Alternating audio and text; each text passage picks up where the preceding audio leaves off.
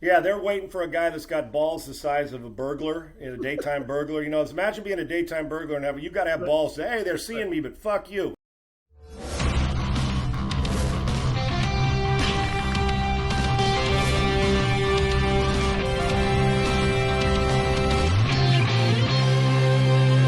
Welcome to Krush House. I'm your host, Wayne Allyn Root, the CEO of VegasWinners.com and the man the media calls the king of Vegas sports gambling and America's oddsmaker. I'm the only sports handicapper in the world with a 180-pound granite star on the Las Vegas Walk of Stars. My company, Vegas Winners, sponsors this Krush House series and this podcast, Krush House, as well as Krush House Cappers and Krush House Legends. Whether you love sports, famous sports legends, or profiting from sports gambling, we've got the podcast for you. Later in the show, I'll be back with my Football Insider segment with former NFL quarterback Sean Salisbury to bring you insights on the NFL and valuable point spread advice for all the sports gamblers out there. But right now, I'll throw it to my main men, Frank and Sean. See you in a few minutes. It's getting close to NFL season, baby. The pads are on, and it is scorching outside. So come on into the Krush House where I got the air condition cranked up. Today on the show, we got Wayne Allyn Root, the king of Vegas handicappers, with some hot NFL takes. And if you want some cool stuff, I got this cool guy. Literally, he keeps his house at like 62 degrees, ladies and gentlemen. That's Sean Salisbury. I'm Frank Nicotero, and guess what? It's time for a savory slice of Salisbury Frank. Let's get to crushing. All right. Can you imagine what the hell is Salisbury Frank? I already know how bad Salisbury steak is, and just a Frank instead of a hot dog just sounds different, right? That'd be a bad mix, brother. But this is a good mix right here. We're good. That wouldn't be a good mix, but I think we're a good mix. All right, that's right. Let's talk some NFL. Look, next week, Dallas Cowboys, Pittsburgh Steelers are kicking it off in Canton with the Hall of Fame game. So, I mean, everyone's getting excited about football season. I think one of the biggest stories right now is Aaron Rodgers. We finally know that it looks like he's staying in Green Bay. This whole contract was reworked. I don't know. Is this what he wanted, Sean? Is this the right place for Aaron Rodgers to be right now? Well, he's one of the biggest scorekeepers in sports. Scorekeeper meaning I file everything away and I'm going to get your ass at some point, whether it's a defense, whether it's the front office. A lot of athletes don't think it's macho enough, Frank, or think it's not macho if you have an emotion or if you don't want to be somewhere or if you share your feelings. I think, or if you get your feelings hurt, I think deep down, and we know Aaron's a grinder. He's one of the greatest skill guys we've ever had at the position. But he also, like I said, he is sensitive like the rest. I've heard story. Listen, us quarterbacks, don't misunderstand. We're supposed to be the confident ones, and we are. But I'll tell you what, we will bullshit you. We'll never let you see us sweat. And that's why with Aaron, I actually said on this show that I didn't think he was going to play another down in Green Bay. Well, it wasn't about money. It was about players, and he combined with everything he's went through, and rightfully so, although I think that there's a level where a quarterback or a player says, okay, I love player empowerment, but I don't make these decisions. I just think Aaron has felt all along that one by one, not just one, but cumulatively, he has not got what he's wanted there.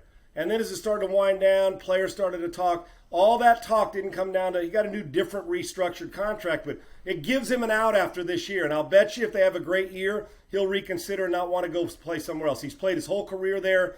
We don't see that very often anymore, even with the likes of Brady. So I think he was pissed. I think his feelings were hurt and admitting it's a wrong thing. You could play tough guy, great player, incredible competitor. Green Bay would not be a playoff team without him, and now he makes them a Super Bowl team. He got what he wanted on the temporary, but the culture's not going to change. The front office and president guy, general manager and president, Murphy and Gutekunst, are not going to change between now and February or January, depending on when their season ends. So what will happen then? Everybody roll out the red carpet for Aaron or not, but he got what he wanted, rightfully so. Well, I hoped I was wrong and him not moving on to play somewhere else. He did contemplate retirement. Aaron Rodgers is special, man. The Green Bay Packers went from probably not a playoff team to, oh my gosh, we're back in the mix when they thought Aaron wasn't going to show up. Yeah, they get Randall Cobb back for him, which he was pissed when he left. And, Yep. What is Jordan Love thinking, though? Is he like, fuck, like, when am I going to play? Yep. You know what the message is, Frank, and I can compare that, although I wasn't a first-round pick, but similar. One is, it's Aaron Rodgers. Let's face facts, dude. I love you, and you may have some game, Jordan Love, but we don't love you enough to play you yet. And it also tells me that he needs to know that he's not ready yet. Yeah. Or they wouldn't have made such – if they thought he was stone cold ready to go, they might have considered offers for Aaron Rodgers, even though Aaron Rodgers – because of the age and the contract, because he's still under a rookie contract. But I remember when I was in Minnesota and Warren Moon was there, and well, man, Sean, it'd be great to start. I go, yeah, but look who's in front of me. I mean, I got one of the best quarterbacks of all time, and I'm not Jordan Love. But there comes a point in time when you want to compete, but you also know the guy that's sitting next to you or in front of you is pretty damn good. And Jordan Love's time will come. The question is, will he be ready when it does? Because right now, he's not going to see the field until Aaron Rodgers walks out of Green Bay. And a hungry quarterback who's also found another new passion. He's on TikTok all the time now. I'm sure you saw this clip where Tom Brady throws a ball into the jugs gun. Is that did he really do that? Is that possible? I mean, would it? Well, I've heard both. But now, would it put it past you if somebody said this fucking guy did it like 10 times in a row? No, you wouldn't. But that's like giving a whale a tic tac or vice versa, where you can't get it. Who can throw it there? I could take Tom Brady's football, walk over to the machine and stick it in, and it wouldn't go in as accurate as he threw it. So if it's real, it's stupid. And if it isn't real, it's still stupid. I friggin' love it. But that kind of epitomizes what his career's been like. Accurate, on time, and doing shit nobody thought he could do.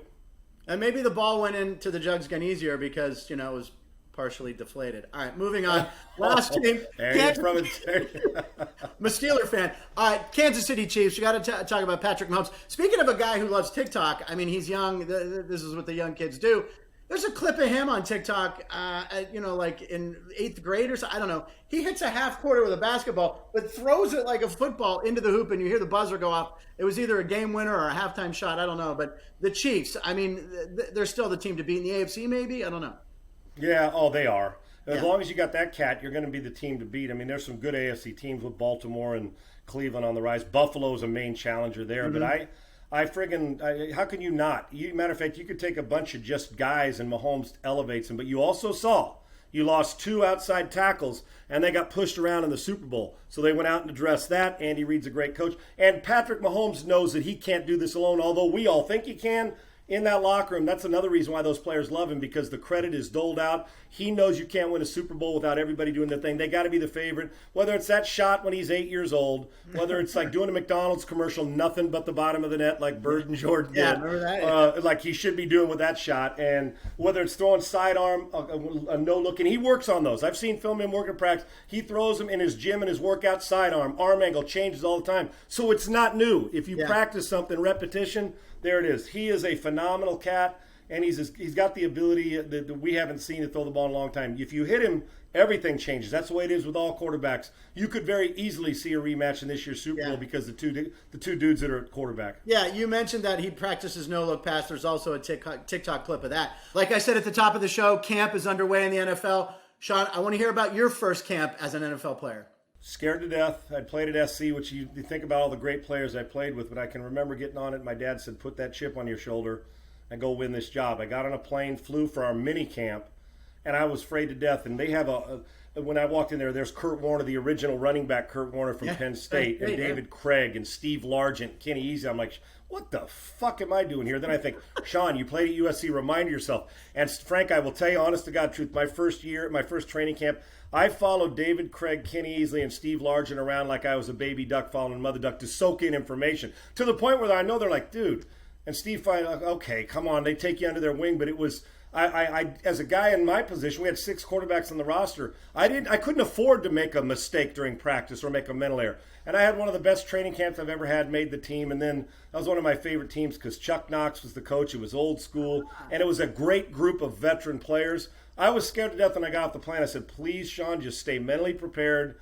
Work your ass off because you know you can throw it. And I'll tell you, I got to tell you this one quick story, real quick, Frank, just to show you how these pros work, how people like me, when you come in, you think, oh, David Craig. So David Craig's reputation, he'd been in the league a long time, throwing for a lot of yards. I get off the plane. We go next day to practice. First practice, we're in shorts, shirts, like a jersey, and we walk out there with helmets, and we're warming up, and I'm like, David Craig's number 7, his jersey's down past his sleeves. His pants are baggy. He looks like the guy that you brought from the sidelines who was handing out water and put him in a uniform like out of a movie, right? And I'm thinking, well, Goldie Hawn's not out here coaching us. So who the fuck? I know David Craig because I studied him, but I swear to you, I said this to a buddy of mine on the team. I said, I'm going to beat him out. Dude, that was during warm-ups, and I kid with David to this day because he's an unbelievable competitor. We go out to 7-on-7 and 1-on-1 and team drills, and by the end of the first practice of minicamp, I looked at the guy and I said, nah, I don't think I'm going to beat him out. He's throwing post corners, getting the ball out before the guy even breaks, and I'm like, damn. And that very first minute, I learned not to judge a football player by its cover. And I'd heard all the great reputation. And I walked out of that rookie camp that day saying, damn, I got a long way to go to last a long time in this league. Because visually, you'd say, not David Craig, 6 foot, 190 pounds. And then by the time the season's over, he's leading the league in pass. I mean, he's thrown for 30 touchdowns. Like, phenomenal competitor. I learned a great deal that day of, Sean, warm-ups mean nothing. Wait till they get in the live drills when you're getting the shit kicked out of you. Then come see me, and bam, I got a chance to see it firsthand.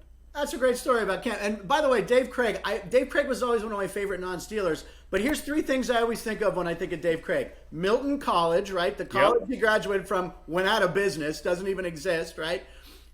He fumbled the ball a lot, right? He had small hands or something. I think he has the most fumbles in history. And I believe Derek Thomas had the NFL record for, 7 sacks in one game? 6 or 7 in one game. 6 or 7. And on the last play of the game, he almost had Craig. But guess what? Craig threw the winning touchdown. That's him. Yeah. Right, that's him. You're right. They won the game. That's him, because that was before I got there. I think the year before I got there, maybe it was late. I can't even remember what year it was. But David, and he did have those. But he's that guy. You're like, dang, streaky player, throw 5, and you're like, where were you throwing it? And then he goes on a roll like 4 or 5 games in a row where Dave could close his eyes, yank it out of his ass, throw it behind his back, and make a throw. Loved his competitor. He's one of the great competitors I've ever been around, and one of the great performers, even though he may not have looked the part to some. Yeah. It was phenomenal. Yeah, he was a part of all 3 of those, and I could tell you this, watching him prepare and getting after it, it was a phenomenal watch to break me into the NFL. Yeah, for our younger viewers, if you've never heard or seen Dave Craig highlights, go to YouTube, look him up. Craig with the K at the end. The guy was an exciting football player. All right, listen, Sean, I loved hearing that story about you at camp, but I have this thing I call Smash Mouth Sound Bites with Sean Salisbury. Okay. We're going to go around the NFL. I'm going to throw out a team. I want you to, no holds barred, hold nothing back. Let me tell me what you think, what's going to happen with these teams.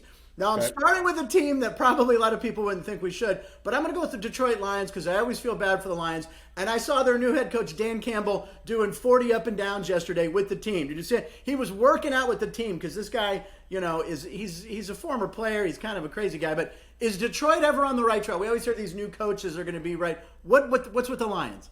Well, I right track maybe, but they got laid out of the gate, my man. And I love Dan Campbell too, because I imagine if there was a fight that broke out, Dan Campbell, some of the players would say, "No thanks, I want no part of this big cat." So he'll command respect, but you know how it goes. You got to win. We'll see where Jared Goff goes. The key is it maybe for once they'll take a guy, and Goff was obviously a high draft pick, but he'll flourish like he did when he went to the Super Bowl if he can have that kind of game that he had with the Rams, but.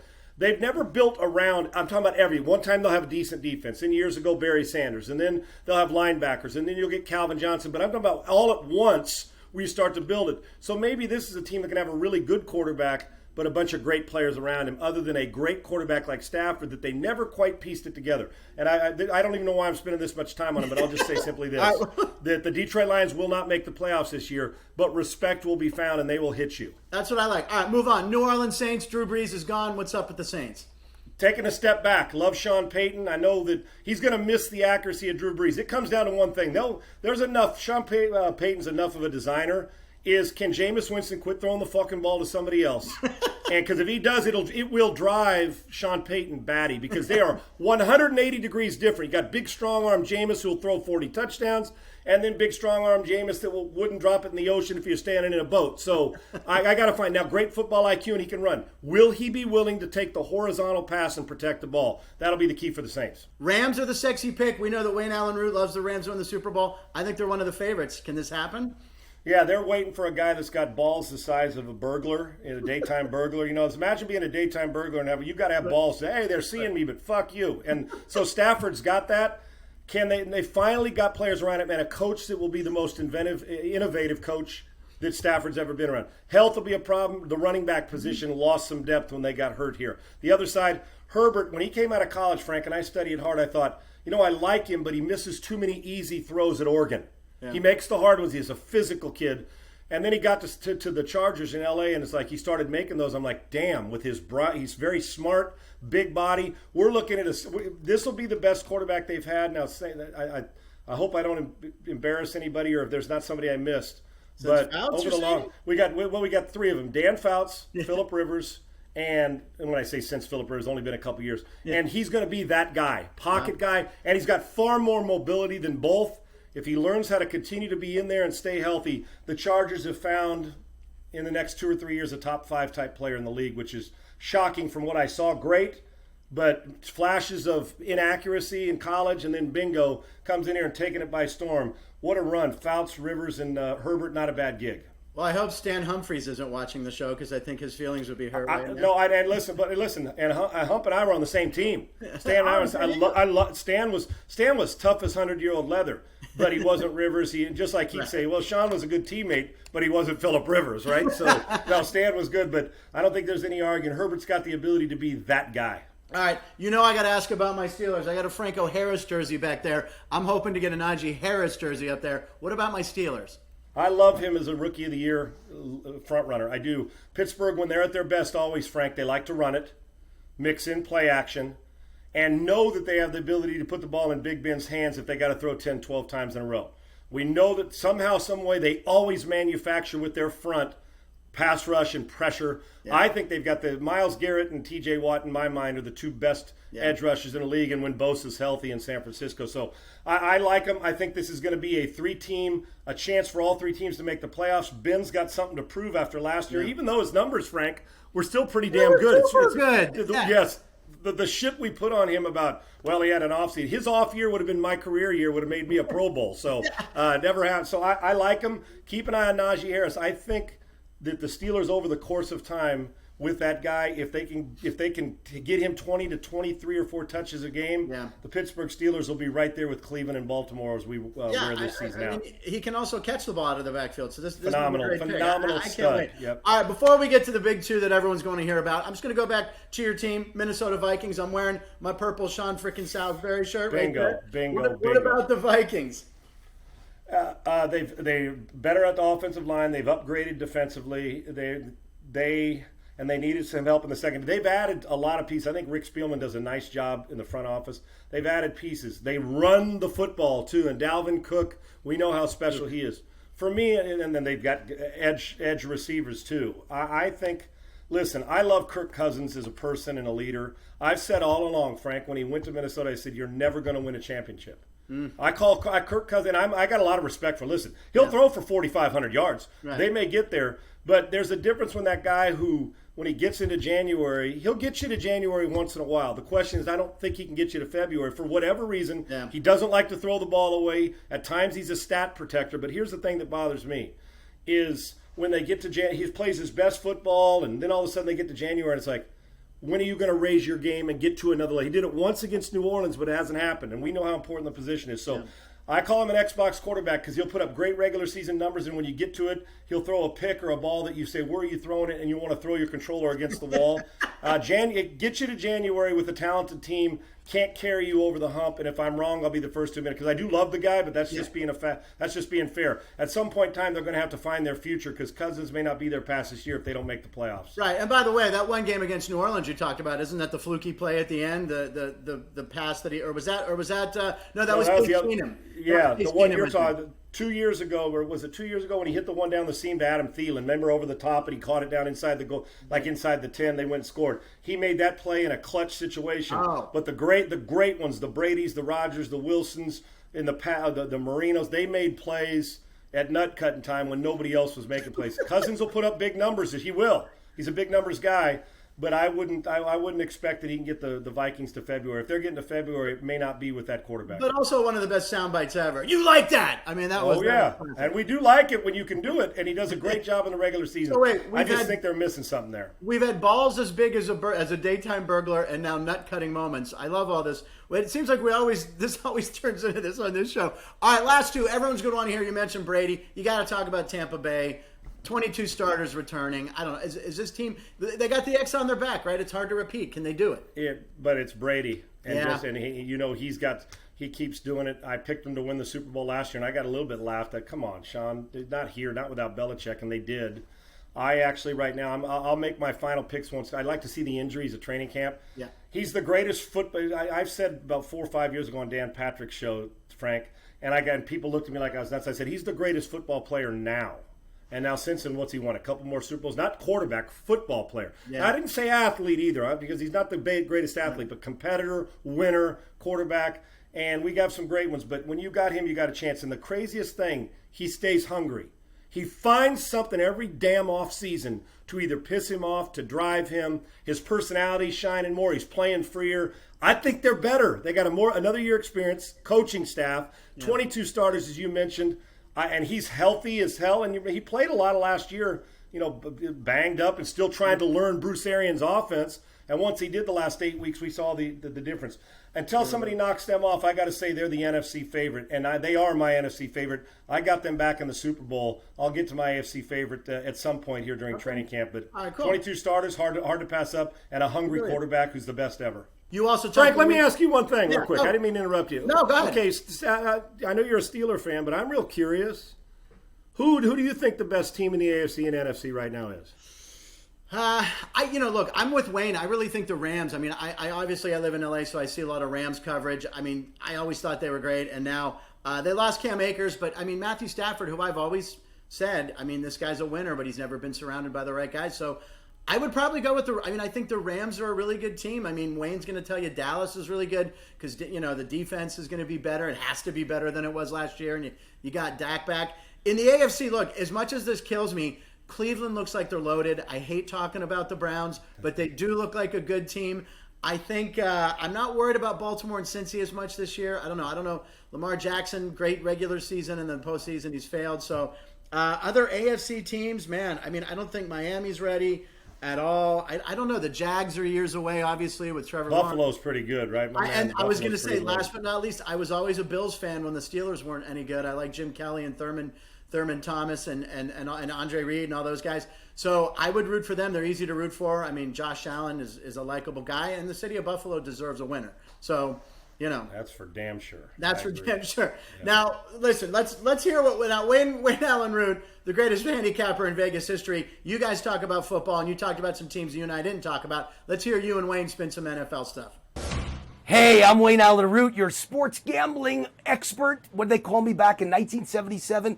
The sports betting whiz kid. I was 16 years old. That was a lifetime ago. My gosh, almost 50 years ago. That's insane.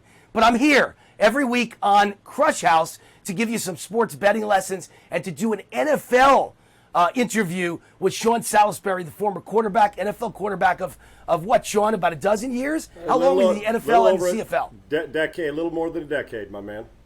And was the whole decade in the NFL, or that includes your CFL span? CFL as well. And didn't you win the championship of the CFL? We won a Grey Cup in 1988. Now, if you would have told me 10 years before that I would be Grey Cup winning a championship in the north of the border in Canada, I would have said, nah, I'm not going up there to play. And I loved every bit of it. The fans in Winnipeg treated me great. It was awesome. And a championship's good, whether you win it in your backyard or whether you win it in some other league. It was phenomenal.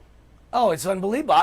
Look, who doesn't want that on their resume? Right. I'll bet we're going to develop a very nice Canadian following come this fall. You're very well known up there for winning that. So. Very, very cool. Let's talk our usual NFL Insider segment. So, first of all, let's talk about the Cleveland Browns. Now, they were a very good team last year, which was a shock to everyone. They came close to getting to the next level. They played so well in their playoff game. They lost by just a little bit to the Kansas City Chiefs. They could have made it to the championship game. And so this year, they've added some really good pieces to the puzzle. Could this really be the year that these Cleveland fans have waited their whole lifetimes for? Could Cleveland be Super Bowl bound? Yeah, I think they have a legitimate roster, Wayne. I do, and much to the chagrin of my co-host, Frank Nicotero. It's all right because I'm a Steeler fan. Cleveland's got some real things. One is, I still don't understand the disdain for Baker Mayfield. If we look, maybe if it's because he's a brash, excitable guy, but if you had what he's done in his first 3 years, notwithstanding his second year, and he's done to a franchise, people would be going through the roof about the guy. I think he's a franchise quarterback. I think he's going to get paid big money. And there's an attitude that he's changed the culture in the building. He has. Now, it's a brutal division with the Pittsburgh Steelers and the Baltimore Ravens, and Cincinnati's going to get better with Joe Burrow. I like the team, the roster. They got perimeter players. They got a pass rush. Two things you must need. You got to be able to vertically attack. You got to get completions. A quarterback with balls, and he's got it. And a defense that'll get after your ass. The quarterback. That's exact. And they're well coached by Kevin Stefanski. They will knock the piss out of you on defense, and their running game may be the best 1-2 combo in all of football, and I don't know if there's much argument from it. I love this team. Nick Chubb may be a candidate for Offensive Player of the Year if he's able to stay healthy as well. You know, on our sister show, Krush House Cappers, I just did an interview with Frank Nicotero, your boy, Frank. My guy. And I talked about my rules for winning at sports betting. And so I want to now put permanently your rule, Sean Salisbury's rule, for winning. Knock the piss out of them. I like that. Exactly. That's knock a good the phrase. Piss out of How do you win? Hey, You got to knock the piss out of them on defense. Yeah, then you knock the piss out of the gambling odds. There you go. Both of them win, brother. So, you know, when you brought up Baker Mayfield, it's kind of interesting because I'm a Baker Mayfield fan. Me too. And I think you're right. I think some people don't like the fact that he's very confident, very cocky, in a way condescending. And you know what? It kind of reminds me of Johnny Manziel. And Johnny Manziel was in Cleveland for a while, and they didn't like him either. But the cockiness wasn't the problem. It's that he didn't deliver. Baker Mayfield's delivering. And I think if you're cocky and you deliver, you become a superstar eventually. Maybe in the beginning they don't like you, but ask Joe Namath. When you deliver on the cockiness, ask Joe Namath how that works out. And by by putting your time in. Go ahead. I want to finish because I love Namath. Well, too. I was just going to say, I looked up Joe Namath's numbers the other day. He's in the Hall of Fame. He won one Super Bowl, and he made a prediction that he'd win as a 17-point underdog, and they won. And that's great. But if you look at his stats, he's 50-50 for completions for his entire career. He had as many incompletions as completions, just about, and as many touchdowns as interceptions, just about. You wouldn't imagine, if you looked at the stats, this guy'd be in the Hall of Fame. He's there because he was cocky, and he was the game of football. He was handsome, he was cocky, he was controversial, he dated the most beautiful women in the world, he wasn't shy about dating everyone, a new one every night, and people just hated it, but some of them loved it, and in the end, at the very end, when your career's over, they remember you, and he makes it into the Hall of Fame for that one prediction and the fact that he made the NFL popular. His cockiness is fine. And it's exactly right. Matter of fact, it's needed at that position as long as you prepare and deliver. Right. With Namath, his teammates loved him too. And I that is a respect and love that they'll do anything for you. I think Cleveland Browns teammates are starting to feel the same way about Mayfield. But Namath, that one big game, one big prediction was phenomenal. Phenomenal. And he's been great the whole time. And he would do anything to make a name for himself. Right. He wore pantyhose on national TV. Come on. So let's talk about a guy who's developed a bad reputation. And the truth is, he seems like a nice guy. But I wasn't there. It's he said, she said. Deshaun Watson. All these women claim he sexually abused them, sexually harassed them, maybe even rose to the level of sexually assaulted them. I wasn't there. You weren't there. I have no idea what happened. But he sure is damaged goods at this point. And so is Houston going to trade him? Does anybody want him? And if they want him, he's got a cloud over his head. Can you start a guy who's got multiple women charging sex assault issues? I don't know. What do you say? Yeah, and that's a great point. We cover him every day in Houston, Wayne, as you know. He's the story like crazy. And it's above, the legal part's above my pay grade, and it's not to sidestep. I'm with you. Other than what we hear and what we know from the attorneys, we don't know anything else. And there's been no criminal charges filed. Complaints, yes, no charges. This is all civil. He will play football again.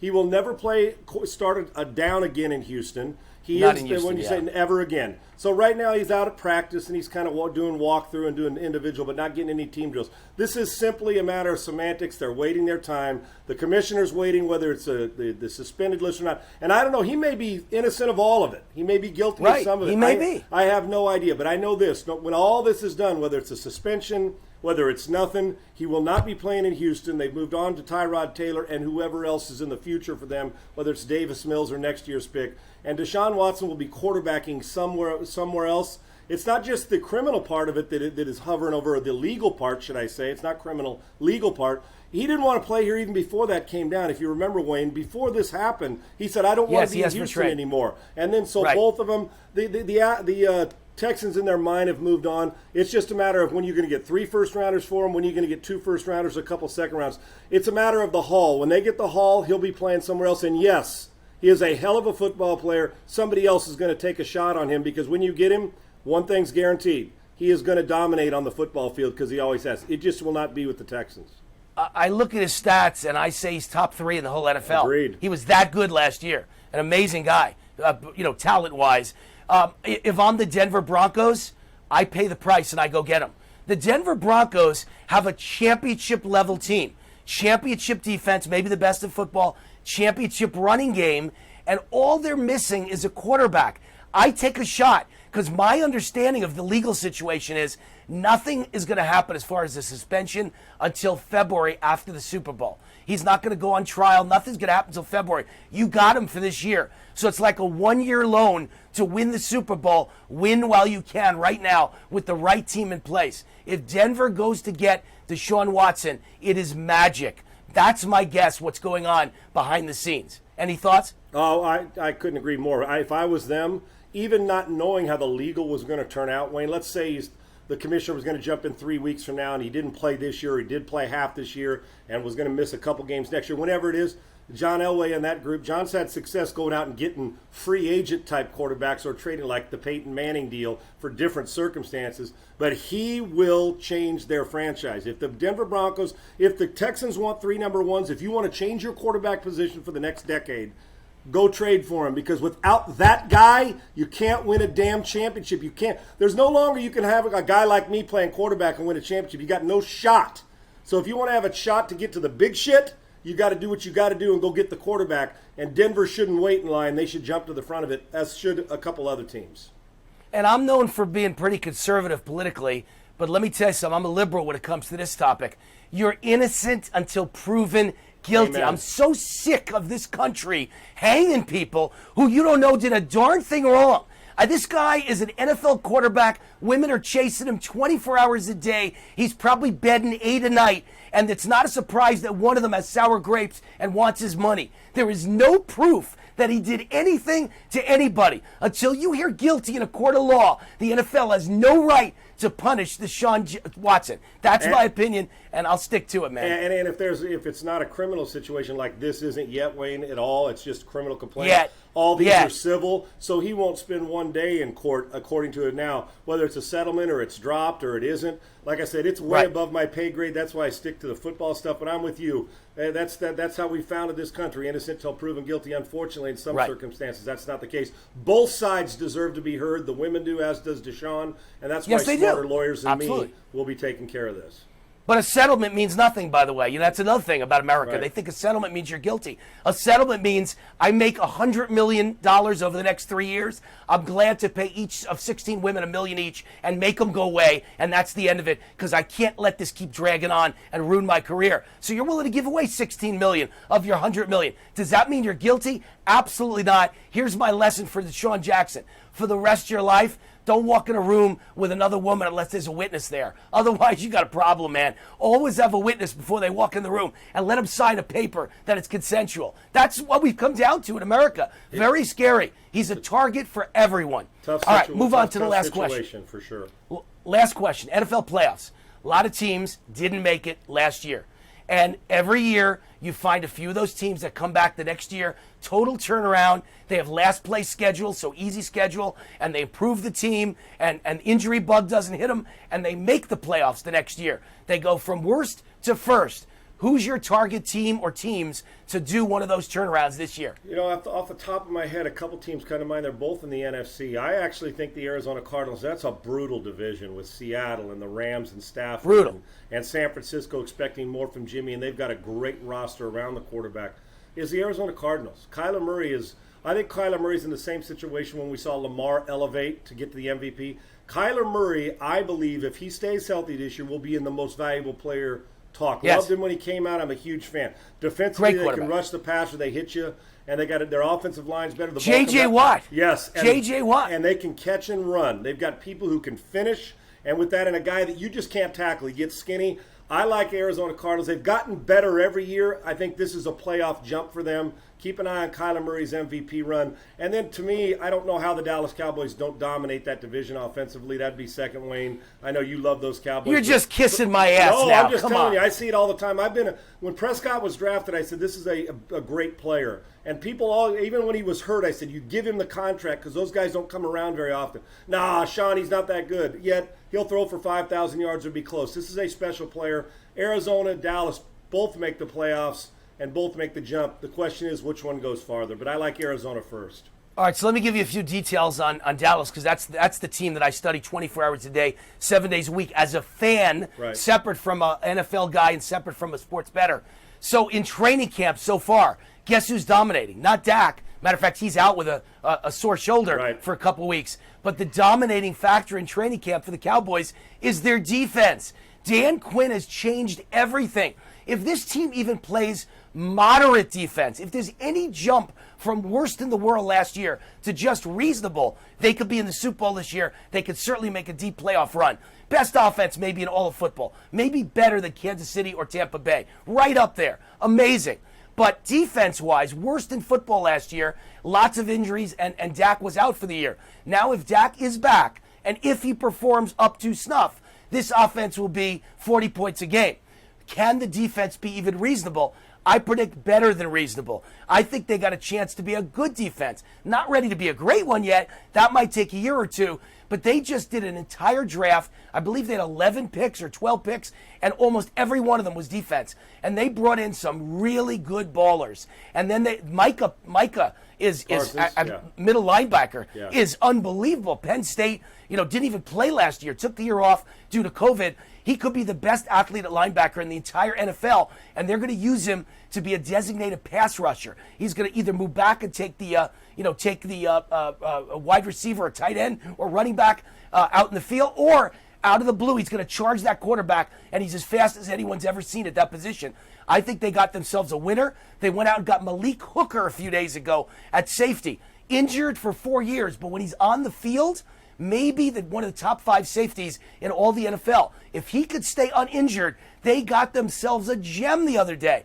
And so I think they've solved their problems at defensive line. They got Randy Gregory back, poised to have a great year at linebacker and a defensive back. And Dan Quinn, as the leader of all of it, defensive coordinator, with his schemes, this team has a chance to be really good defensively. If they are, this is a Super Bowl quality team. Probably 1 year away, but I think they make the playoffs and dominate the NFC East. So I'm with you. That's my pick as the big comeback team of the year, Dallas Cowboys. Yeah, and real quick on that, Wayne, is that Dan Quinn's best football has been when he's coached defense. He's obviously had a team in a Super Bowl as a head coach, but he's a great defensive coach.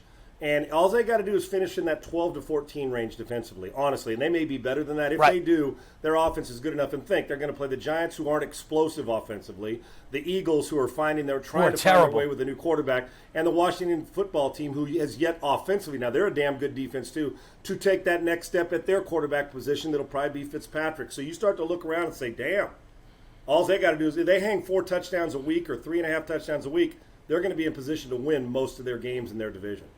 Don't forget Washington last year, the joy of finishing in first place with a losing record. They won the NFC East. Guess what? They get a first-place schedule. Dallas gets a much easier schedule. So I don't think Washington's going to do it this year. Great defense. Fitzmagic, big fan of his, but 38 years old and he's never made the playoffs. I don't think that's your answer. I really don't. He's been on, 8 teams and never made the playoffs, and he's 38 years old. So I don't know. Great defense, and if he's still got the magic, who knows? But I'll take, Washington maybe a wild card at best. But I think the Cowboys should dominate. In any case, another great NFL segment with Sean Salisbury and yours truly, Wayne Allyn Root. Great to be with you here at Krush House. Back to Frank. Take it away. All right, see, Wayne talked about the Cleveland Browns. That kills me. And you love them too. And he loves his Cowboys, dude. Wayne loves them damn Cowboys, doesn't he? We'll talk all day about the Cowboys. I love it. Don't talk all day about the Cowboys. All right, listen, moving on. I see you got your Red Sox hat on. We're both huge baseball fans. Trade deadline is probably just passed when you guys are watching this show at home. I'm a little upset at the Dodgers. I'm Pittsburgh Pirate fan, small market, $50 million payroll. The Dodgers are now going to be at $300 million when they get Scherzer and Trey Turner. This isn't fair. This isn't fair, is it? Frank, no, but guess what? What is? Okay. All right, well, you and I should be, hosting 47 shows, and we should be on the Mount Rushmore of something, right? Not of bullshit, but of something. No, you know what? It isn't fair. And the truth is that I don't blame the Dodgers. Hell, I would have crawled 10 miles over broken glass to get. If I could afford them, it's like the rich get. It takes money to make money, and they got plenty of it. If I can get Scherzer and Trey Turner, and Scherzer approves it, and they come here, listen. They just flew over and said, well, right now you guys got to chase us. But here's the key, Frank. Keep an eye on this. with the Giants playing as well as they are, and with the Padres hovering, and we know they've got some superstars. If you're the Dodgers, you must make that you got to win the division. Yeah. Because if you're in a one-game playoff get in, now you got to deal with what? You got to deal with possibly throwing your pitcher out there, Scherzer, at one game to get in, and then you may lose him for a few games in a longer series. So point being is, keep an eye on it. But hey, they went out and got two guys that are all-stars and superstar players and franchise big-time changers. Turner can play center field, shortstop, second base, and Scherzer's one of the nastiest dudes in the league. Yeah. And it does suck for a Pirates. They're in the National League, so that's okay because the Red Sox got Schwarber, and I like where they're headed. So screw the rest of screw all of them. The Red Sox, Astros. Let's go take the Dodgers and force them to lose like their 5th World Series in 5 years or whatever it's been. And is Chris Sale coming back? What's the story? He's been pitching in minor league. I saw him about a week and a half ago. Was ramped up around 96, Frank. Yeah. So I don't know when that is. Yeah. But I know one thing: if he ever gets filthy again with that backdoor slider that hits off the backdoor, the toe of the right-handed hitter and can throw it up around 97, 98. Talk about another guy who will fight you. It's him. So that would be a great get by the Red Sox if he was ready by the end of the season. That's like them getting like Scherzer for them getting him late is like like a free agent or a trade. Right. Getting Chris Sale back. I mean, wow, Boston could be loaded. They load up. They do it every year. Last but not least, I know why it pisses you off with Pittsburgh and the Dodgers. No, I get it, man. I hear you. We know, hey, the key though is, you know what, the rich still got to stay healthy, and the rich still got to win games. There you go. All right, Sean, you just mentioned games. We can talk about the Olympics. Just tell me real quick as we wrap up the show here, what are you enjoying about the Olympics? Are you watching any weird events? I loved the 3-on-3 basketball. I thought that was great, and I'm obsessed with handball. What are you watching? I'll watch anything that runs across TV. The 3-on-3, at first I thought, well, why wouldn't you just take like 3 girls that were on your big team and put them there? But I guess because schedules and stuff. And I don't know, is anybody doing – that's one thing, Frank. Is anybody that plays on the 3-on-3 playing – on the 11 or 12, the 5-on-5? I don't think so. No, you can't, right? I don't think they can because of right. scheduling conflicts. Right. I thought, okay, so we must be pretty good to be able to still round up some other guys. That I love the swimming. Yeah. I do. When I watched the young lady from Alaska at 17 years old, unbelievable. And the reaction from her high school buddies back home. I don't care what she does in her entire career. And I don't know why her name has slips me right now, Frank. Because I'm sitting here thinking of all. See, and that's the bad. Here's a 17. We should not only know her name. I'm talking about flaring. That's why the Olympics with no fans in the stands. We don't even remember their names. But when I watched it, and Alaska's not exactly a hotbed for swimming. With her fans, she will never in her life, no matter what she accomplishes. Honest to God, I believe this. I don't care if she goes on and wins another gold medal. I don't care if she goes on 5 years and becomes a CEO of a company. Other than maybe having children and doing all that. She will remember that moment when she looks at that clip of her classmates acting as if they had won the gold medal. Yeah. It was to me, it's the best visual of the Olympics so far. And then to have one of our, also our Olympians to compete when losing the best Olympian in the world. And when I say Olympian, best gymnast in the world, and still go on and win a silver and then an individual all-around gold. I couldn't be prouder of them. I like seeing people succeed. It's been an awesome visual. Yeah, it's been great. Yeah, a lot of the reactions. I mean, the Australian swimming coach with the gyrations in the stands. Oh, fired up, yeah. That guy's going to get some sort of endorsement. I don't know what endorsement he's going to get in Australia, but he's getting probably a beer. It's got to be booze, maybe fun. It was a long-distance version of like Rutger Hauer for you old, you know what I'm saying? He was Wolfgar in Nighthawks. Yeah. Wolfgar! And Sean, this is why I love you. One of me and my friend's favorite line, Wolfgar, in the middle of that nightclub. I love it.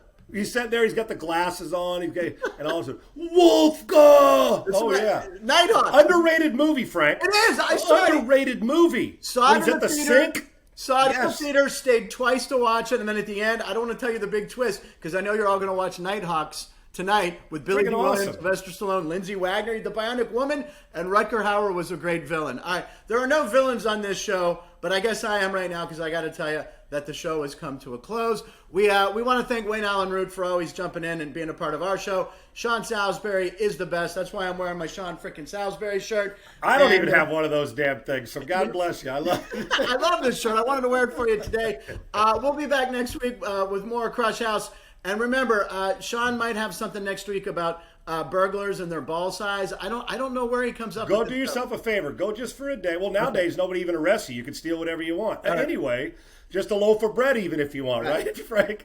Okay, no, but go out there and pretend like you're going to just rob a house. Right. Do it in the middle of the day, and you'll sit there and think to yourself, "Man, I got big balls."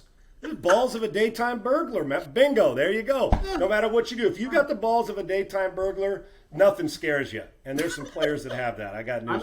I'm not going to rob any house. I don't know if that. No, if I get in I'm front not- of the judge and say, Your Honor, Sean Salisbury said. Blame it on me. Blame it on me. There you go. No, don't rob a house. Right. Don't do that. Okay? Don't rob a Thank you. house, but continue Yes. to watch Krush House. We have a Absolutely. blast. That's Sean Salisbury. I'm Frank Nicotero. We'll see you next week. Wolfgar! Love that.